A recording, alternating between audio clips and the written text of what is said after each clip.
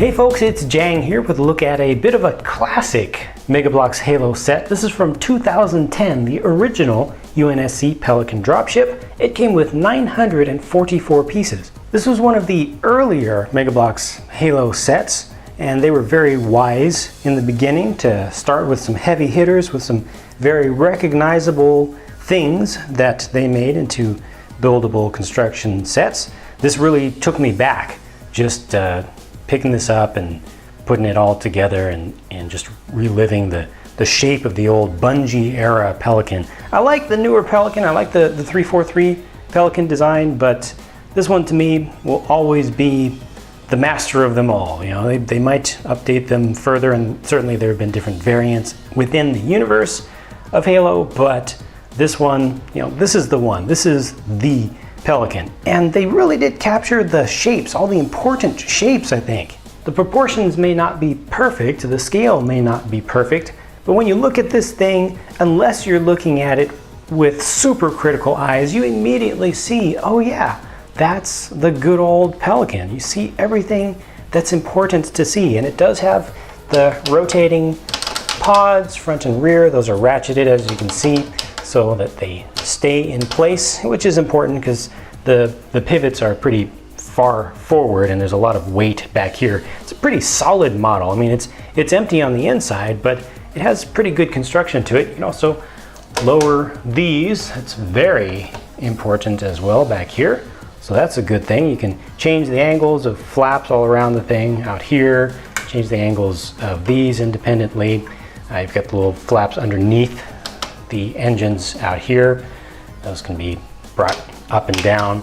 See the stickers over multiple pieces. It's always a kind of a, I don't know, take it or leave it kind of thing. I prefer not to have that, but it's a lot easier to apply a sticker rather than having multiple ones over all these different pieces, or using just huge specialized pieces. So I think it's a good compromise. See, you've got little nacelles underneath here to let thrust bleed out for vertical takeoff and landing. They've got the same pieces used back here on the ends. They did put stickers out here just to give you the little striated outlets, engine outlets, those looks on the side.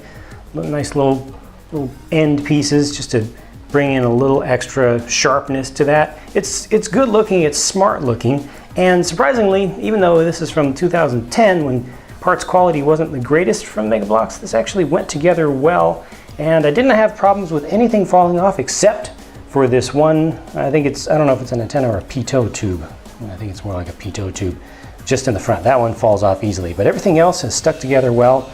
You've got your two-person cockpit, the tandem design, although there's only one seat. It's really designed to accommodate one character, and there is a little console with a unique sticker on the front just to add a little detail. That's a good thing. This unique canopy piece here, very nicely done. It actually has a sticker up on top, and these are stickers, these parts back here at these edges, but still I think it looks pretty good. Lots of stickers used all throughout this thing. Some of them are kind of relatively subtle just because of the marbling effect that goes into the pieces they use, the camo effect. So some of these things aren't quite as visible all throughout the model, but those ones that weren't that useful to the look of the thing could easily be left off, and it would still end up looking like just a good looking model. This is kind of a handle here to open up the top, and back here on the back, of course, you've got the all-important main ingress-egress ramp, which for some reason is getting stuck for me right now. There we go. Okay, there we go. Just had a little extra friction in the pieces, but that's kind of narrow right there, but it does leave plenty of room for a figure to just be stood right there, right at the edge, and they can go up and down. Let's look inside.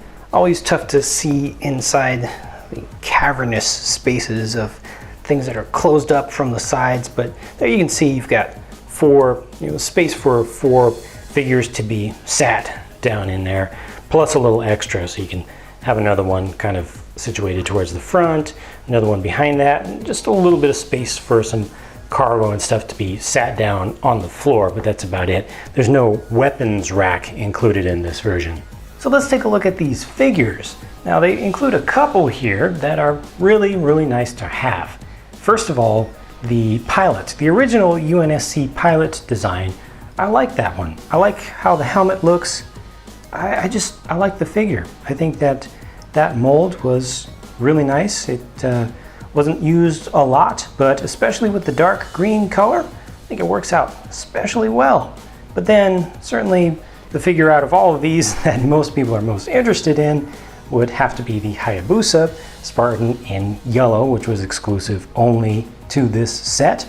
So that's really added a lot of value to the set. And then you have two just regular old Spartan 2s, one of them with the old rocket launcher. All the weapons are in gunmetal gray, and one of them has the, I believe, pre-Halo design of shotgun. I think that was not a mold made for the Halo figures, which is why it's so large and really not to scale. Fortunately, they did replace that eventually, but they started out just using something that was already in the parts inventory. Let's take a look at these from the back. So of course you've got holes on the backs of all of them to attach them to things, and the Hayabusa Spartan gets his gunmetal gray katana. So the design of this set, I think, has stood the test of time. I think if they were to try to recreate this exact same model today, they would probably do it in a very similar manner, and they would just have less studs exposed, I would expect, up on the tops of the wing surfaces. But most of the shape is good, most of the construction is good, the look of it is quite very authentic to the original design, the in-game design. I like this thing, I like it quite a bit, and I'm definitely pretty lucky with this one that I was able to get one that had good parts in general and just generally good quality.